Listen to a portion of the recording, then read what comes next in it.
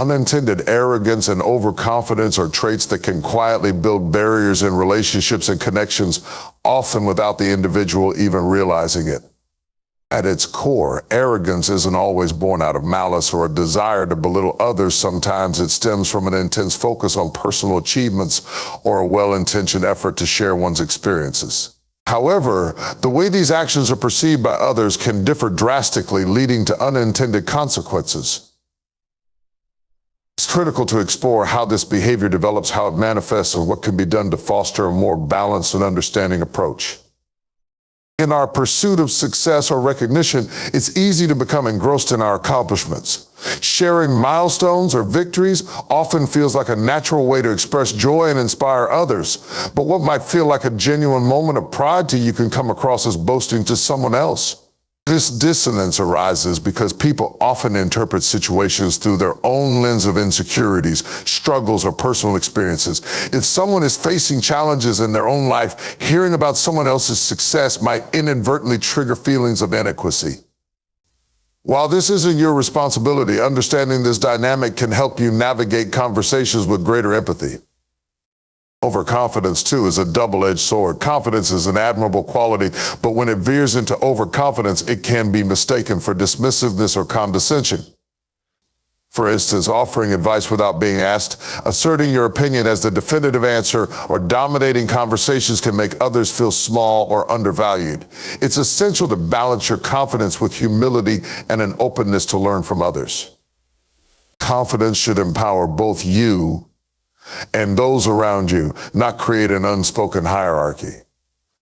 Another subtle way unintended arrogance manifests is through the lack of acknowledgement of others' contributions.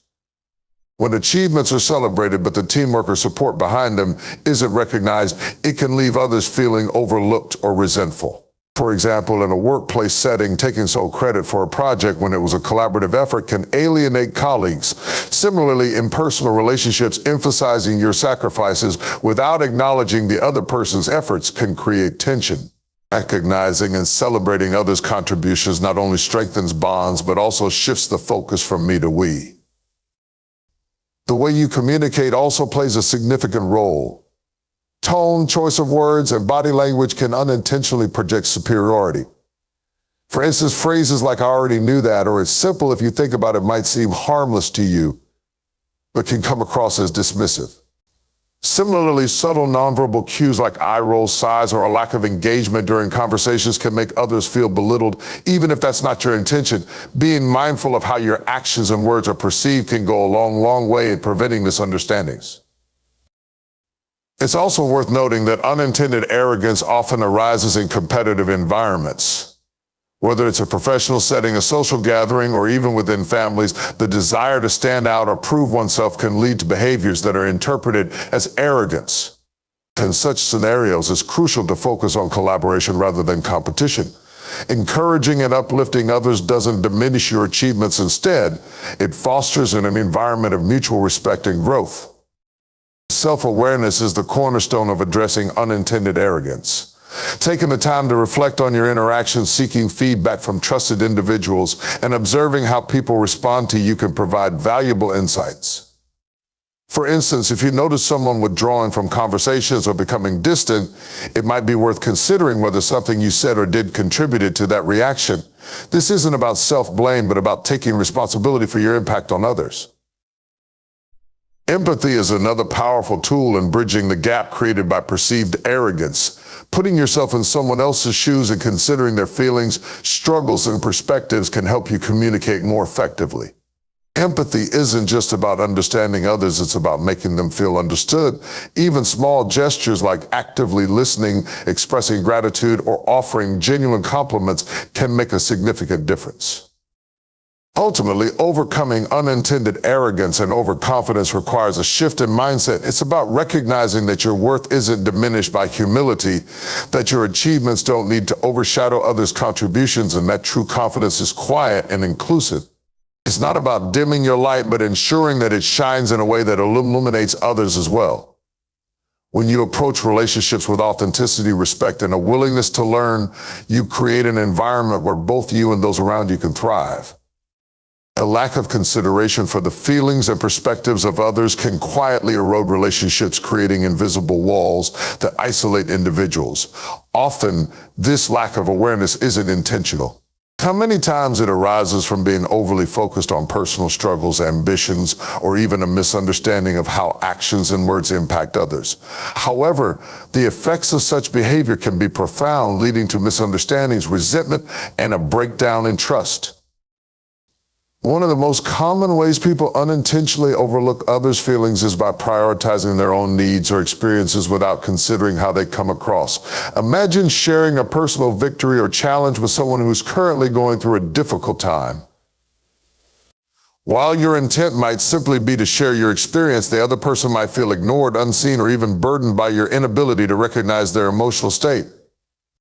This doesn't mean you can't express your feelings, but it highlights the importance of timing, empathy, and understanding the context of a situation. The way we communicate also plays a crucial role.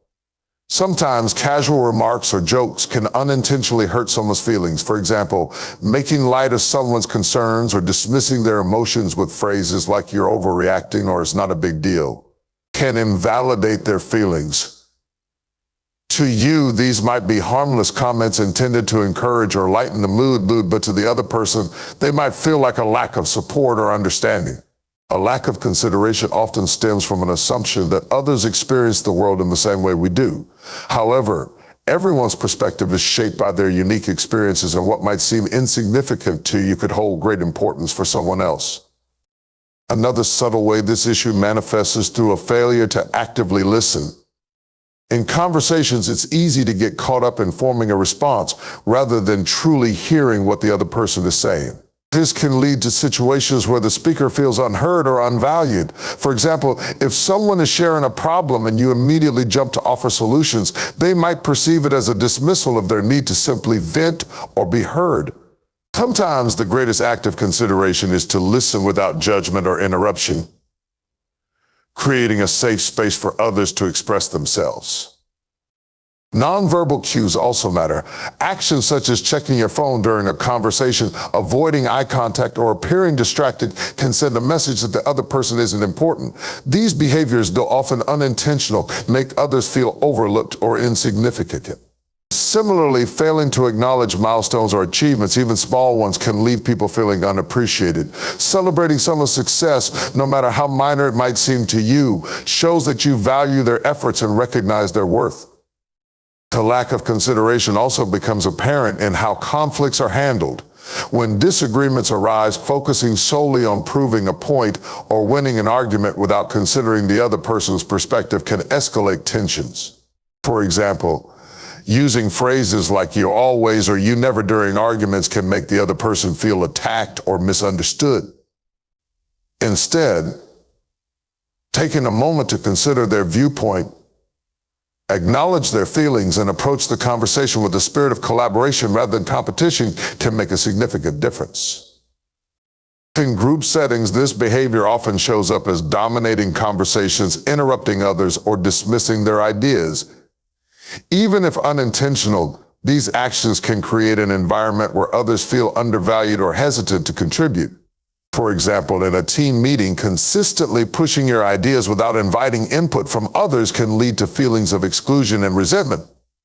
On the other hand, fostering an inclusive environment where everyone's voice is heard demonstrates respect and consideration for diverse perspectives. Building awareness and addressing a lack of consideration begins with self-reflection. Taking the time to evaluate your interactions and ask yourself questions like, did I truly listen or did my actions align with my intentions? Can help you identify areas for improvement. Seeking feedback from trusted friends or colleagues can also provide valuable insights into how your behavior might be perceived. This isn't about self-criticism, but about growth and a genuine desire to strengthen your connections with others.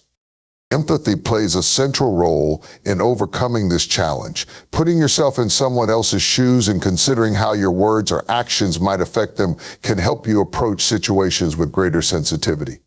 For example, if a friend seems upset, rather than assuming they're overreacting, you might say, I can see that this is bothering you. How can I support you? This simple act of acknowledgement validates their feelings and opens the door for meaningful communication.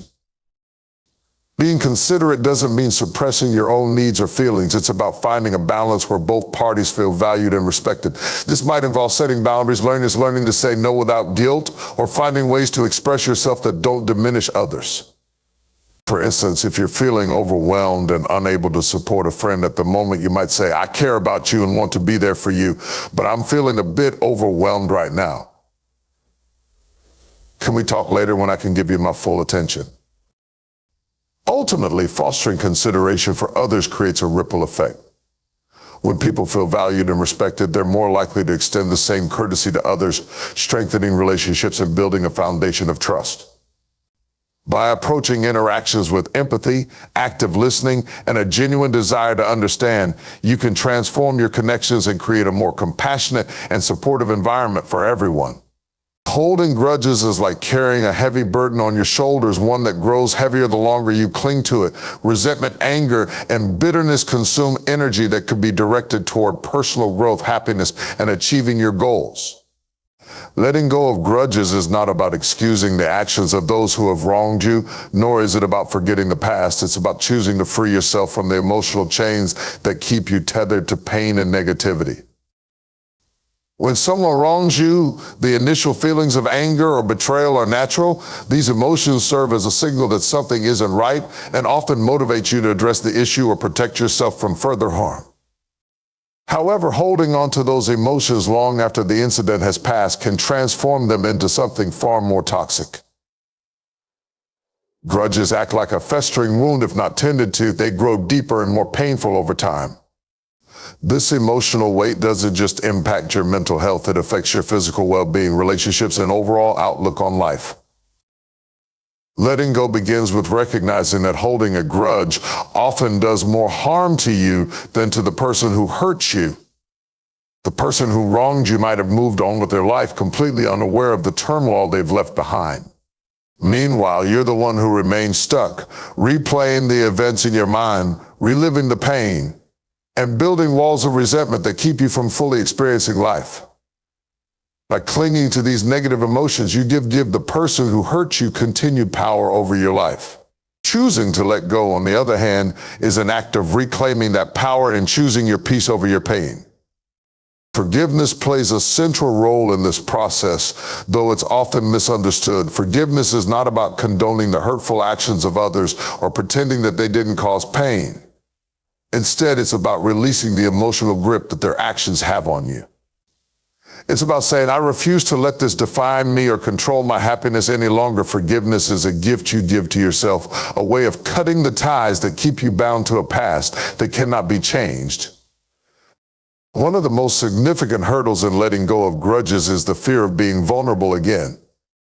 People often hold on to resentment as a form of self-protection, believing that it will shield them from being hurt in the future. But in reality, carrying these grudges makes you more guarded, less open, and ultimately less connected to the people around you. Building emotional walls might keep some pain out, but they also prevent the joy, love, and trust that come with meaningful relationships. Practicing empathy can be a transformative tool in letting go of grudges. While it's not always easy, trying to understand the perspective of the person who hurt you can shift your mindset. Perhaps their actions were a reflection of their own pain, insecurities, or lack of awareness rather than a deliberate attempt to harm you. This doesn't excuse their behavior, but it can help you see that their actions were more about them than about you. Empathy doesn't require you to reconcile or even engage with the person. It's a way to humanize them and reduce the intensity of your resentment. Journaling or talking to someone you trust can also be helpful in releasing pent-up emotions. Writing down your feelings allows you to process them in a structured way, often revealing insights that weren't immediately apparent. For example, you might realize that the grudge you've been holding isn't just about the other person's actions, but also about unmet expectations, unhealed wounds from your past, or fears about your self-worth. Identifying these underlying issues gives you the clarity to address them directly. rather than letting them manifest as resentment toward others. Setting boundaries is another essential step in this journey. Letting go of a grudge doesn't mean allowing the person to hurt you again. It means taking control of how you interact with them or whether you interact with them at all. Healthy boundaries allow you to protect your emotional space while still releasing the anger and bitterness that weigh you down. For instance, you can forgive someone internally without needing to communicate that forgiveness to them if doing so would put you in a vulnerable or unsafe position. Another powerful way to move past grudges is by focusing on gratitude and self-growth. When you redirect your energy toward the positive aspects of your life and the goals you want to achieve, the weight of past grievances begins to diminish. Gratitude shifts your perspective, helping you see that no matter how much someone has hurt you, they don't have the power to take away the good things in your life unless you let them. Self-growth, on the other hand, allows you to channel your pain into something constructive, turning what once felt like a setback into a stepping stone toward becoming a stronger, more resilient version of yourself. Letting go of grudges is not a one-time decision, but a continuous process. There may be moments when old feelings resurface and you're tempted to revisit the pain. In those moments, remind yourself of the freedom that comes with releasing resentment. Choose to focus on the present and the future rather than being held captive by the past. The journey toward letting go is deeply personal, but the rewards are universal: a lighter heart, a clearer mind, and the ability to embrace life with open arms. Trust is one of the most delicate and valuable elements in any relationship, whether personal, professional, or social. When trust is broken, it's not just the connection between two people that suffers. It can shatter your sense of safety, your ability to be vulnerable, and even your faith in humanity. Rebuilding trust after it's been lost is an uphill battle, but it's a battle worth fighting if the relationship holds value. However, you must also recognize when it's time to let go and prioritize your well-being. When someone betrays your trust, it can feel like a punch to the gut, leaving you questioning everything you thought you knew about that person. Whether it's a friend, a partner, or a colleague, the initial shock of betrayal is often followed by a wave of emotions: anger, hurt, confusion, and even self-doubt. You might ask yourself, did I miss the signs? Was it something I did? These thoughts are natural, but it's important to remember that betrayal says more about the betrayer than about you. Their actions are a reflection of their character, not your worth. The first step in dealing with broken trust is acknowledging your feelings and giving yourself permission to grieve. Trust is foundational. It's what makes you feel secure and connected. When it's taken away, you're left navigating a landscape of uncertainty. Allow yourself to feel the pain, but don't let it consume you. Suppressing your emotions or pretending you're fine when you're not will only delay your healing. Journaling, talking to a trusted confidant, or seeking therapy can help you process your emotions in a healthy way. Once you've given yourself the space to grieve, the next step is assessing the situation and the relationship. Not every act of betrayal is the same. Some breaches of trust, like a forgotten promise or a misunderstanding, might be easier to forgive and repair. Others, like deliberate deceit or repeated patterns of harmful behavior, require deeper introspection. Ask yourself, was this a one-time mistake or is it part of a larger pattern? Is the person genuinely remorseful? And are they willing to put in the effort to rebuild trust? Most importantly, is the relationship worth salvaging? These are difficult questions, but answering them honestly will guide your next steps. If you decide to work toward rebuilding trust, it requires commitment from both parties. The person who broke your trust must take responsibility for their actions without deflecting, minimizing, or blaming others. They need to understand the impact of their betrayal and show genuine remorse through their words and actions. Apologies are a start, but actions speak louder than words. Trust is not rebuilt overnight. It takes consistent effort, transparency, and time.